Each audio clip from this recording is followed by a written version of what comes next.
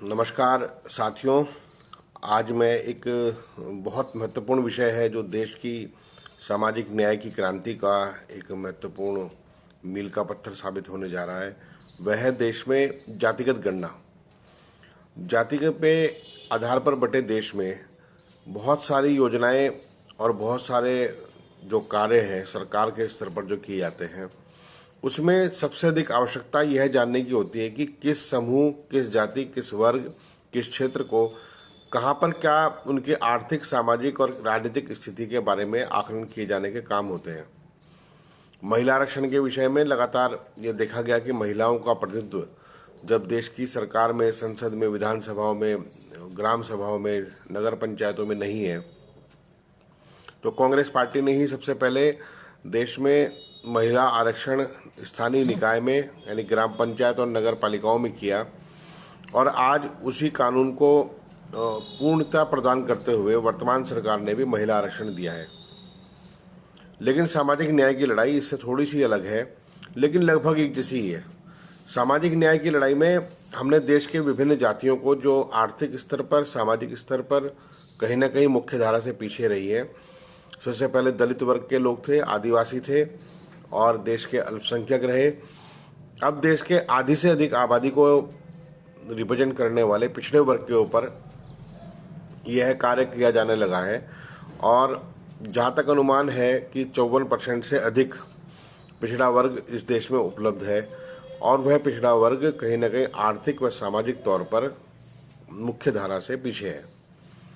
देश के सामाजिक स्तर पर भी और देश के संसाधनों पर, देश में अनेक सरकारी नौकरियों से लेकर कॉरपोरेट सेक्टर से लेकर और प्राइवेट सेक्टर में भी और निजी क्षेत्र में जो छोटे रोजगार हैं उसमें भी पिछड़ा वर्ग का प्रतिनिधित्व अपेक्षा के अनुसार कुछ कम रहा है। और कुछ नहीं कह सकते, अगर मैं इसे कुछ आंकड़ों के तौर पर करूं तो भयावह स्थिति आप सबके सामने आ सकती है। जैसे राहुल गांधी जी ने जो मुद्दा उठाया कि देश के 90 प्रमुख सचिव जो भारत की सरकार को चलाते हैं, उन 90 सचिवों में से केवल 3 ओबीसी के हैं। भारत के जुडिशरी सिस्टम में सबसे सर्वोच्च न्यायालय से लेकर और हाई कोर्ट जो माननीय उच्च न्यायालय भी हैं, उनमें जो सम्मानित जजों की संख्या का अनुपात है उसमें ओबीसी का अनुपात बिल्कुल ऊँट के मुंह में जीरे के समान भी नहीं है। देश के सबसे टॉप 44 यूनिवर्सिटी के अंदर प्रोफेसर, असिस्टेंट प्रोफेसर नहीं है। देश के बड़े कॉरपोरेट्स के जो लोन दिए जाते हैं उसमें ओबीसी वर्ग से आने वाले लोगों को कभी कोई बड़ा कर्ज इस देश की सरकार उद्योग चलाने के लिए नहीं देती है। देश में ओबीसी वर्ग के लोग चाहे किसी भी क्षेत्र में हो, कहीं ना कहीं असमानता का शिकार होते रहे हैं और लगातार उनको इस आधार पर कहीं ना कहीं पीछे करने का काम किसी न किसी द्वारा किया जाता रहा है। हम उस पर दोष नहीं देंगे, लेकिन वर्तमान में जब हम इस 2023 की में जो जनगणना होने जाने की संभावनाएं हैं, जो 2021 में होनी थी, इस जनगणना में जब हमने ओबीसी वर्ग को शामिल करने की बात की और हमने कहा ओबीसी की जनगणना कराई जाए, तो देश में अभी क्योंकि जनगणना शुरू नहीं हुई है और देश की सरकार जो केंद्र में बैठी है उसकी मंशा भी साफ नहीं दिखाई दे रही थी, तो बिहार राज्य ने केवल अपने राज्य की जनगणना कराई जिसमें 63% ओबीसी वर्ग के लोग सामने आए। और उस सामने आने के बाद अब उस आंकड़े का एक सर्वे शुरू होगा। तमाम विभाग उस पर कार्य करेंगे कि यदि किसी भी तरह की योजना कि उसमें ओबीसी का हक कितना था। मैं एक साधारण उदाहरण दूं, यदि नदियों से रेत उठाने के जो पट्टे किए जाते हैं उसमें भी देखा जाएगा कि ओबीसी को कितना मिला है। कॉलेजों में जो ओबीसी के लिए आरक्षित सीट है, चाहे वो स्टूडेंट्स की हो या प्रोफेसर की भी हो, उसमें भी आरक्षण जो हमारा हक केंद्र सरकार ने संविधान के अनुसार दिया है उसको भी छीने जाने का प्रयास हमेशा किया जाता रहा है और उसको भी लगातार खत्म किया गया है। खत्म किए जाने के 2-3 तरीके निकाले गए। कुछ राज्यों ने क्षेत्र के आधार पर ओबीसी को खड़ा करने का काम किया और कुछ राज्यों ने ओबीसी के जो नियुक्तियां हैं उनको कम कर दिया। साथ ही जो नियुक्ति के दौरान बैकलॉग होता है उस बैकलॉग को भी लगातार बढ़ाया जा रहा है, उसको कभी पूरा करने का काम नहीं किया जा रहा है। ये तो ये बताया कि जो राज्य में राज्य सरकार और केंद्र सरकार चलाने वाले, जो बजट कंट्रोल करने वाले, जो न्याय देने वाले विभाग हैं उसमें, और या शिक्षा देने वाले लोग हैं उनके ऊपर है। लेकिन तमाम क्षेत्रों में कहीं ना कहीं यदि इन लंबे समय में ओबीसी को उसके अधिकार से वंचित रखा गया है, और उन्होंने अधिकार को मांगने के लिए, जातिगत जनगणना की मांग तो पूरे देश के लिए है, वो तो सभी जातियों के लिए है। वो कभी कहाँ कहा गया कि उसमें केवल ओबीसी की गणना की जाए। लेकिन मध्य प्रदेश का उदाहरण देख लीजिए, जहाँ पर जब ओबीसी के जातिगत जनगणना की बात नगर निकाय चुनाव में आई तो उन्होंने पूरे प्रदेश से ओबीसी का आरक्षण ही समाप्त कर दिया। यानी शासन प्रशासन में, सत्ता में चाकू लेकर तैयार बैठे हैं कि कैसे ओबीसी का अधिकार खत्म किया जाए।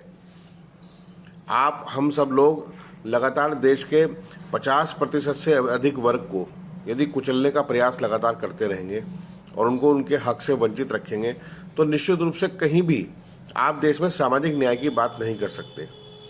कांग्रेस पार्टी ने बिल्कुल स्पष्ट रूप से कहा है, जो मेरे साथी हो सकता है कि कांग्रेस की विचारधारा से जुड़े ना हो, सहमत ना हो, अथवा किसी और विचारधारा जुड़ते हो, लेकिन एक बात बिल्कुल स्पष्ट समझ लीजिए कि कांग्रेस पार्टी ने हमेशा देश के दलित वर्ग, अल्पसंख्यक वर्ग और महिलाओं के साथ साथ पिछड़े वर्ग की बात हमेशा की है। इसके तमाम उदाहरण मौजूद हैं।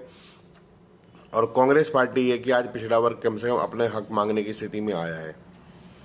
और आज मुझे गर्व है कि राहुल गांधी जी ने इस मुद्दे को बहुत ही प्रमुखता से उठाते हुए केंद्र की सरकार से जातिगत गणना की मांग की, जिसमें कम से कम ये स्पष्ट हो सकता है।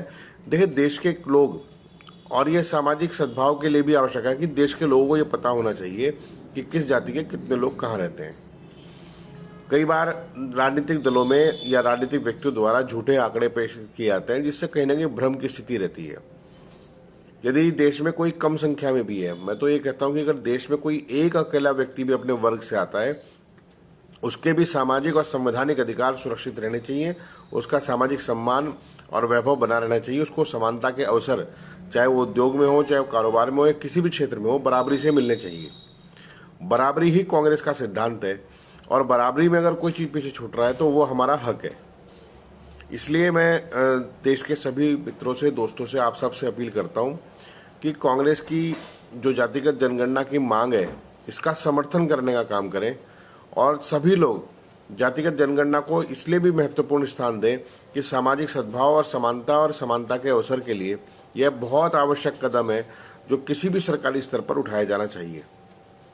आप सब लोगों ने हमेशा कई विषयों पर देखा होगा कि यदि परंपरागत रूप से कोई व्यक्ति अपने उद्योग में आता है तो वह कोशिश करता है कि वह उसको बढ़ाने का काम करे। लेकिन जो सरकारी कर्मचारी वर्ग है, जो गरीब लोग हैं, जो गांव में काम करने वाले लोग हैं, वो कैसे देश की मुख्य धारा में शामिल हों, इसके लिए विशेष रूप से प्रयास किए जाने चाहिए। आरक्षण उसका एक कदम हो सकता है, लेकिन इसके लिए तमाम चीज़ों की आवश्यकता है। और यह जिम्मेदारी केवल ओबीसी, एससी, एसटी लोगों के ऊपर नहीं है, यह देश के उन लोगों के ऊपर भी है जो देश के अनारक्षित वर्ग से आते हैं, यानी उनका वो किसी आरक्षित वर्ग से नहीं है, सामान्य वर्ग से हैं। तो उनकी भी जिम्मेदारी है कि सामाजिक सद्भाव के लिए वह अपने से पीछे चल रहे लोगों को आगे लाने का काम करें। आर्थिक आधार पर दिया गया आरक्षण भी इसी क्षेत्र में और अधिक मजबूत कदम स्थापित कर रहा है। आर्थिक आधार पर आरक्षण की मांग हमेशा से रही है और इसे लागू किए जाने का प्रयास किया गया, तो ये बहुत अच्छा एक कदम हुआ। और आज वास्तव में देखेंगे तो वास्तव में अनारक्षित वर्ग पूरे देश में कोई नहीं है। हम केवल आर्थिक आधार पर जो मजबूत लोग हैं, यानी जो क्रीमी लेयर के लोग हैं, चाहे वो ओबीसी के लोग हों या सामान्य वर्ग के लोग हों, केवल वही लोग सामान्य हैं, बाकी सब लोग आरक्षित हैं। इसलिए मेरा ये कहना है कि देश के सत्ता पर, देश के संसाधनों पर, देश में मिलने वाले किसी भी अवसर पर सभी देशवासियों का बराबर का हक हो और वास्तव में सामाजिक न्याय की बात हो, और हम सब लोग इस न्याय की लड़ाई को मजबूत करने का काम करें। आप सब लोगों का मैं बहुत बहुत धन्यवाद देता हूं जिन्होंने इस लड़ाई में हमारा साथ दिया है, और मैं उनका भी धन्यवाद दूंगा जो आगे इस लड़ाई में हमारे साथ जुड़कर इस लड़ाई को मजबूत करने का काम करेंगे। भारत की पहचान पूरी दुनिया में सामाजिक न्याय के झंडा बरदार के रूप में होगी, और यह निश्चित रूप से होने जा रहा है। मैं आप सब लोगों का धन्यवाद करता हूँ। जय हिंद, जय भारत।